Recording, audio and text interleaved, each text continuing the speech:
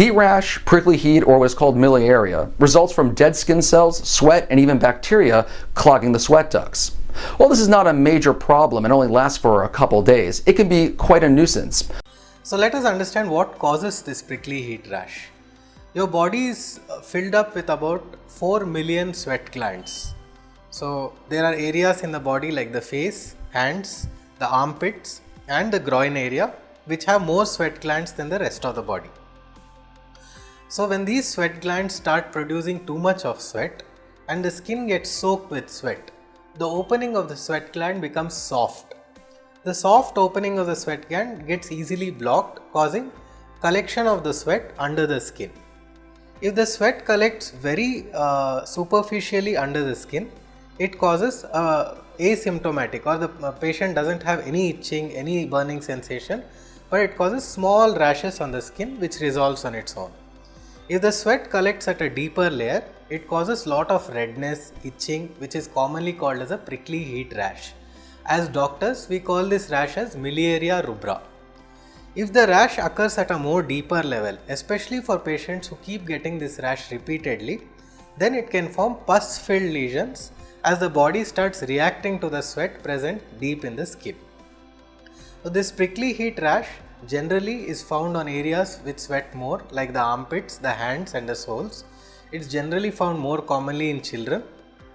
In children, it is thought to be found more commonly because their sweat glands have not developed properly, and it's also found more commonly in places in countries like ours, which is a tropical country which is very hot and humid, especially in summers. So summarizing the causes of this prickly heat rash, one is there is too much temperature, so there's too much heat and humidity causing increased sweating.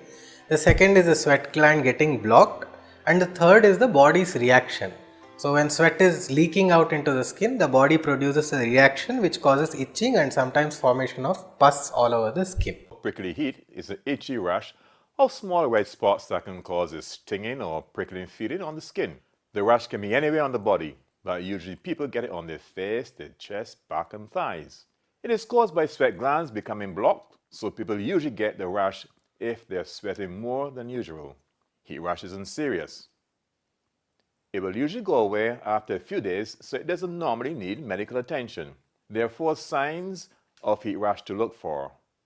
Itching, a rash of tiny red spots, mild swelling, and a prickling or burning feeling.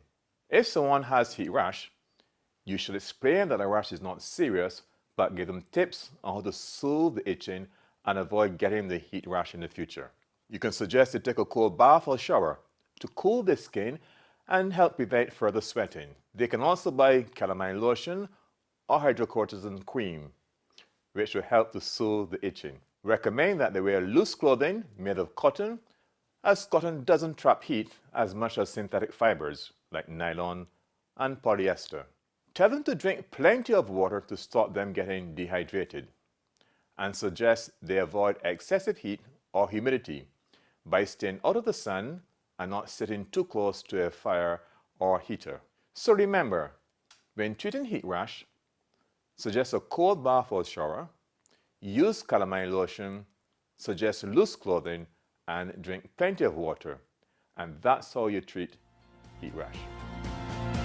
Take half a bowl of gram flour, also known as besan. Add 15 to 20 crushed neem leaves, also known as margosa. Add a little water to it.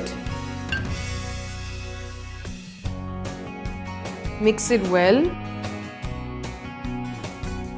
Apply this paste on the infected area and leave it as it is for about 15 to 20 minutes, after which wash it off with cold water.